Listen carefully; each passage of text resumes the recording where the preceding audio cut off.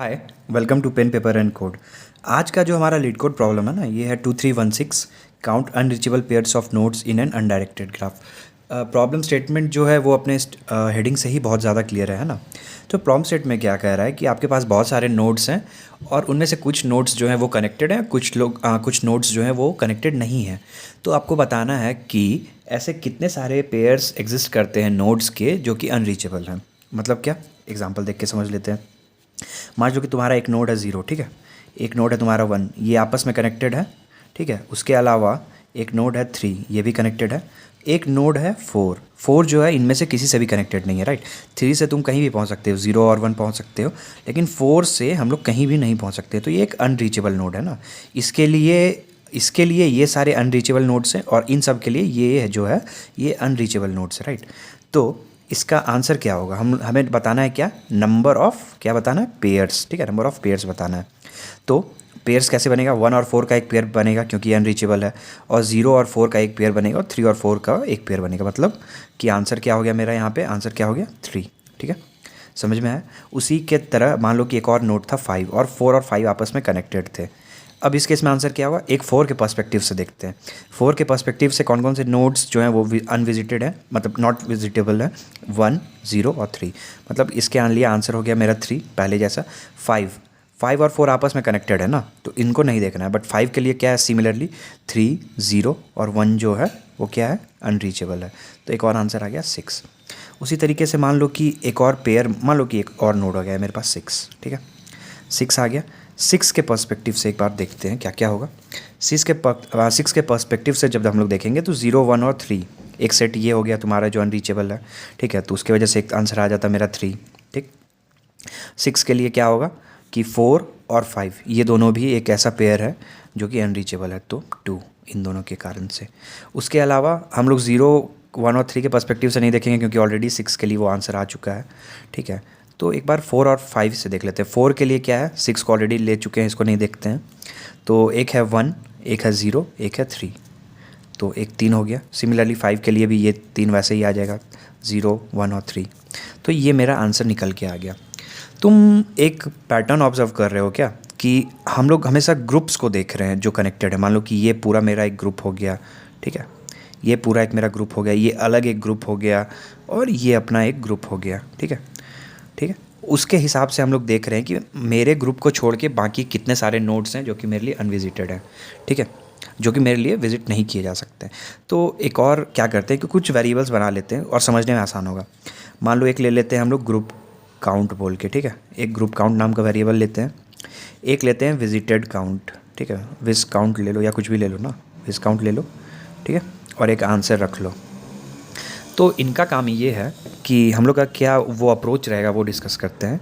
कि मान लो कि हम लोग 0 से शुरू करेंगे, ठीक है, 0 से DFS करेंगे कि कौन कौन से नोड्स जो है मेरे वाले ग्रुप में विजिटेबल हैं, ठीक है।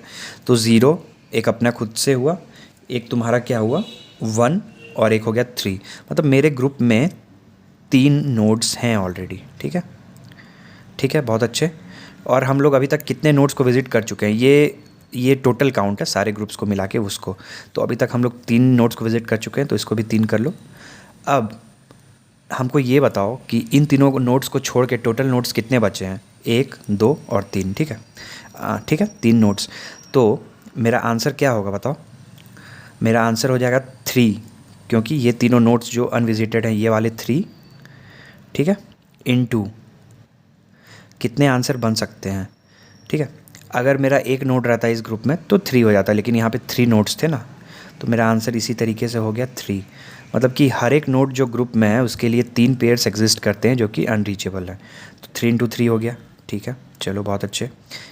अब क्या करते हैं, अगले नोड्स को विजिट करते हैं जो कि विजिटेड नहीं है। 1 विजिटेड हो गया, ठीक है, 2 अच्छा लिखना भूल गए थे, 3 भी विजिटेड है। चलो 4 पे आते हैं, फिर 4 से DFS करेंगे, ठीक है। ग्रुप काउंट को अब हम लोग इनिशलाइज कर लेंगे 0 से शुरू करने के पहले, 4 से शुरू करेंगे, ठीक है। 4 से 5 जा सकते थे, ठीक है। तो मेरा ग्रुप काउंट आ गया 2, एक 4 और एक 5, और यहाँ पे मेरा हो गया 5 अभी तक, ठीक है, विजिटेड 5। अच्छा, अब बताओ मुझे कि हम लोग अब इससे कितने सारे पेयर्स बना सकते हैं, इस ग्रुप को मत देखना कि ये कि ऑलरेडी ये लोग को हम लोग ले चुके हैं, ठीक है, कंसिडरेशन में। तो क्या करेंगे, टोटल में से माइनस कर लेंगे विजिटेड काउंट को, ठीक है। टोटल मेरा है 1 2 3 4 5 और 6, 6 - 5 1, मतलब कि एक नोड भी ऐसा एग्जिस्ट करता है जो कि अनविजिटेड है मेरा, ठीक है। और उसको क्या करेंगे, अपने इस ग्रुप काउंट से मल्टीप्लाई कर लेंगे लास्ट टाइम के जैसे। तो प्लस ये वाला और प्लस क्या आ गया मेरा अभी, प्लस मेरा आ गया तुम्हारा 2 ये वाला ग्रुप काउंट इनटू ये n minus visited of count जो है उसको तुम ले लो, तो 2 × 1 हो गया, ठीक है।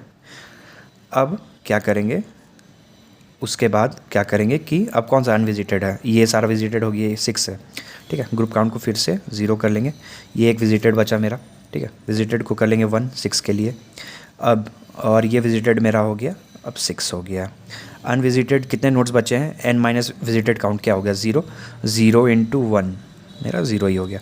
तो आंसर देखो 3 × 3 9, 9 + 2 11, ठीक है। मैच कर रहा है क्या, 3 6 9 10 11, आंसर मैच कर रहा है।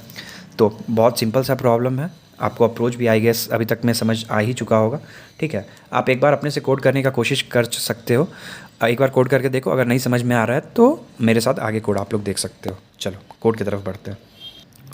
चलो, तो ये जो फंक्शन है मेरा काउंट पेयर्स ये दिया हुआ है, आंसर जो हम लोग को रिटर्न करना है वो लॉन्ग टाइप का रखना है। तो बेसिकली ये इन टाइप का नहीं रखेंगे, आंसर हम लोग नहीं मतलब होल्ड कर पाएगा, ठीक है।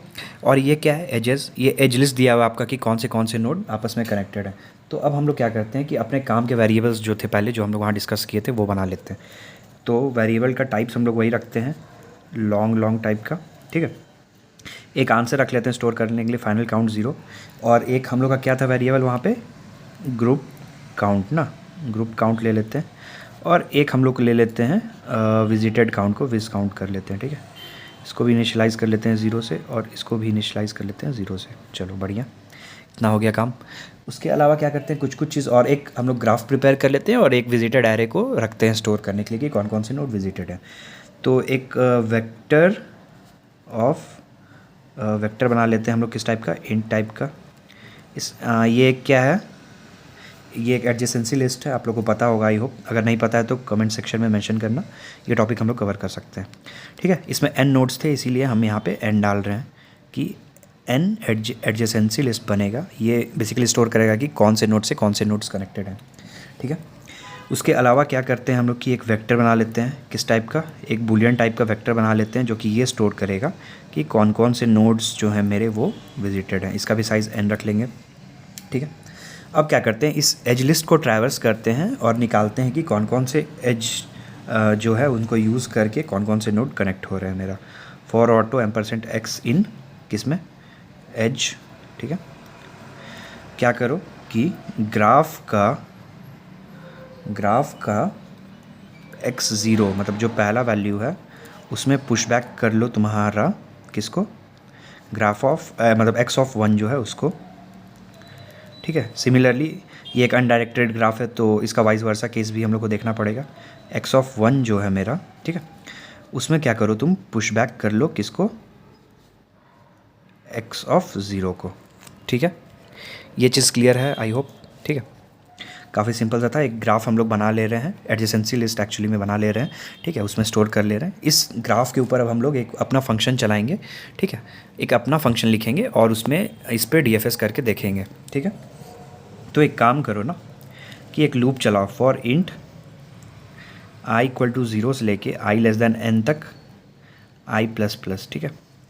इसमें हर बार क्या करो कि ग्रुप का काउंट जो है उसको 0 कर लो ताकि हर ग्रुप के लिए हम लोग 0 से शुरू कर सकें, ठीक है।